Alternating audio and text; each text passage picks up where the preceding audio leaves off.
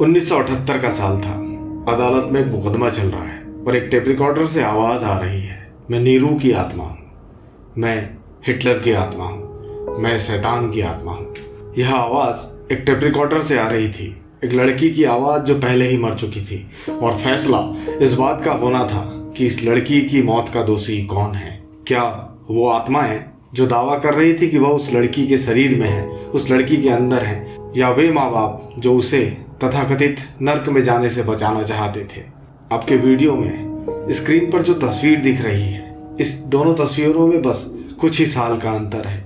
इन सालों में एनालिस ने भयंकर यातना ही सही, उसे रस्सियों से बांध कर रखा गया। उसके साथ 67 बार वह क्रियाएं की गई जिसे अंग्रेजी में एक्सॉर्सिज्म कहते हैं, यानी कि झाड़ फूक या भूत भगाना। इन सालों में उसने खाना पीना छोड़ दिया था और यह सब सहते हुए मात्र 23 साल की उम्र में उसकी मौत हो गई। मौत के वक्त उसका वजन था मात्र 30 किलो। अब सुनिए सबसे चौंकाने वाली बात, वह सब एनालिस की अपनी मर्जी से हुआ था। वह खुद अपने माँ बाप को यह सब करने को कहती थी। तो चलिए जानते हैं ऐसा आखिर क्यों। ईसाई धर्म में मान्यता है कि ईसा मसीह इंसानों के पापों के लिए सूली पर चढ़े थे। ईसाई धर्म को पूरे दिल से मानने वाली एनालिस को भी यही लगता था कि पूरी दुनिया के पापों की खातिर वह इस दर्द को सह रही है ताकि आने वाली पीढ़ियों का भला हो सके। इन सब बातों की शुरुआत लगभग 15 साल पहले हुई थी, जब एनालिस ने अपना होश संभाला था। उसके माता पिता गहरी धार्मिक आस्था वाले लोग थे। एनालिस हर हफ्ते चर्च जाती और बाइबल का पाठ किया करती। यहाँ तक कि उसने लैटिन भाषा भी सीख ली थी ताकि वह बाइबल के लैटिन सूत्रों को पढ़ सके। 16 साल की उम्र तक सब कुछ ठीक रहा। एनालिस स्कूल गई और उसके बाद में उसने कॉलेज भी ज्वाइन किया। फिर साल 1968 में एनालिस के साथ कुछ अजीब घटना हुई। एक रात जब वो सोई हुई थी तो उसने महसूस किया कि उसके सीने पर कोई बैठा है। इस बात से एनालिस बहुत डर गई और उसने अपने माँ बाप को यह बताया, लेकिन उसके माँ बाप ने उसे शायद कोई वहम है करके उसे भुला दिया। इस बात के लगभग ठीक 1 साल बाद एनालिस को फिर से लगा कि उसके सीने पर कोई बैठा हुआ है और उसे कोई दबा रहा है। लेकिन अब की बार उसके माँ बाप ने उसे नजरअंदाज नहीं किया और उसे डॉक्टर के पास लेके गए। डॉक्टरों ने उसके कई टेस्ट किए, लेकिन फिर भी उन्हें कहीं कोई दिक्कत नजर नहीं आई। डॉक्टर ने एनालिस के माता पिता को बताया कि शायद यह उसे बच्ची को डर का दौरा पड़ा है। अगले कुछ महीनों एनालिस को ऐसे एक के बाद एक कई दौरे आए और डॉक्टरों ने उसे दवाई देना शुरू किया। कई सालों तक दवाइयां चली, लेकिन एनालिस की सेहत में कहीं कोई सुधार नहीं हुआ। उसे बार बार ऐसे दौरे आते रहे और हालत और भी खराब होती गई। एनालिस के अनुसार उसने अपनी माँ को बताया था कि कोई उसे कहता है कि वह नर्क में जाएगी। एक दिन एनालिस की माँ ने अपनी बच्ची को वर्जिन मैरी की मूर्ति को घूरते हुए देखा और जब वह वापस पलटी तो एनालिस की माँ के अनुसार उसकी आंखें एकदम काली थी।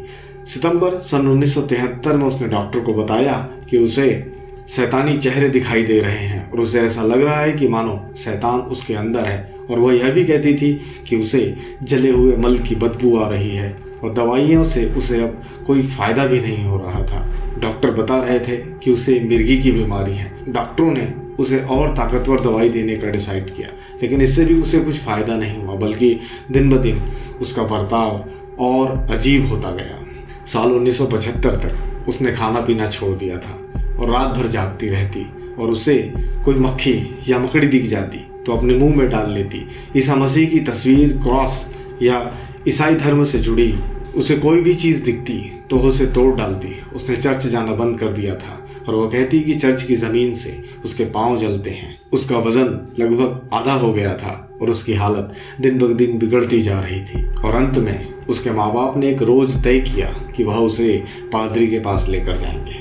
पादरी ने जब एनालिस से मुलाकात की तो उसके माँ बाप को बताया कि इस पर शैतान का साया है और उसके बाद में उन्होंने चर्च से एक्सॉर्सिज्म की परमिशन मांगी, लेकिन चर्च ने इनकार कर दिया। इसके पीछे कारण यह था कि 1973 में एक फिल्म आई थी एक्सॉर्सिस्ट, जो कि बहुत बड़ी हिट साबित हुई थी। तब से चर्च के पास ऐसे मामले बढ़ते जा रहे थे जिनमें लोग एक्सॉर्सिज्म की मांग करते और अधिकतर केसों में चर्च इन मांगों को इनकार कर देता। और ऐसा ही उन्होंने सेम एनालिस के साथ भी किया। और इसके बाद एनालिस के माता पिता कैथोलिक चर्च के बिशप जोसेफ स्ट्रगल से मुलाकात की और अंत में उन्हें एक्सॉर्सिज्म के लिए तैयार कर लिया। बिशप जोसेफ स्ट्रगल ने एक पादरी अर्नोल्ड रेंज को एग्जॉर्सिज्म की जिम्मेदारी दी और यहाँ से एक यातनाओं का लंबा दौर शुरू हुआ और एनालिस के ऊपर 67 बार एग्जॉर्सिज्म किया गया और इस दौरान वह अजीब अजीब सी आवाज़ें निकालती। इस दौरान वह कभी रोती, कभी हंसती और वह लैटिन भाषा में कहा करती और उसकी यह सभी बातें रिकॉर्ड की गई है। और वो कहती कि मैं हिटलर की आत्मा हूँ, कभी बोलती कि मैं रोमन सम्राट नीरो की आत्मा हूँ, कभी बताती कि कोई शैतान मेरे अंदर है। इस केस में आत्मा को तो मालूम नहीं चला, लेकिन एनालिस का जीवन सचमुच में नरक बन गया, क्योंकि पादरी से मिलने के बाद उसने दवाई लेना पूरी तरह बंद कर दिया था और उसकी हालत और भी बदतर होती चली गई। जून 1976 आते आते उसका चेहरा पूरी तरह धंस चुका था और बाकी शरीर भी बस हड्डियों का एक कंकाल मात्र रह गया था। इसके बावजूद उसने डॉक्टर के पास जाने से इनकार कर दिया और 30 जून 1976 को उसके साथ आखिरी बार एग्जॉर्सिज्म किया गया। अगली सुबह जब उसके माता पिता उसके कमरे में आए तो उसकी मौत हो चुकी थी और डॉक्टरों ने उसकी मौत का कारण बताया, भूखमरी। हालांकि ये कहानी यहाँ भी खत्म नहीं हुई। एनालिस की मौत के बाद पुलिस ने उसके माता पिता और पादरियों पर गैर इरादतन हत्या का केस चलाया और जब मामला अदालत में पहुंचा उस समय यह मामला काफी सुर्खियां बटोर चुका था। तब बचाव पक्ष ने दलीलें दी कि यह सब कुछ एनालिस की मर्जी से किया गया और इस दौरान वह बालिग थी, इसलिए दवा कराना या न कराना ये उसका हक था और उस समय एग्जॉर्सिज्म पर भी कोई रोक नहीं थी। और दूसरी तरफ सरकारी वकीलों ने डॉक्टरी जांच की दुहाई दी और कहा कि अगर एक हफ्ते पहले भी एनालिस को मेडिकल ट्रीटमेंट मिल जाता तो शायद उसकी जान बच सकती थी। अंत में अदालत ने सभी अभियुक्तों को 6 महीने की सजा सुनाई, लेकिन बाद में इसे भी प्रोबेशन में कन्वर्ट कर दिया। कुल मिलाकर यह हुआ कि एक अंधविश्वास और कट्टरता के चक्कर में एक 23 साल की हंसती खेलती एनालिस की मृत्यु हो गई। लेकिन इसके बाद भी यह ड्रामा यहाँ पर खत्म नहीं हुआ।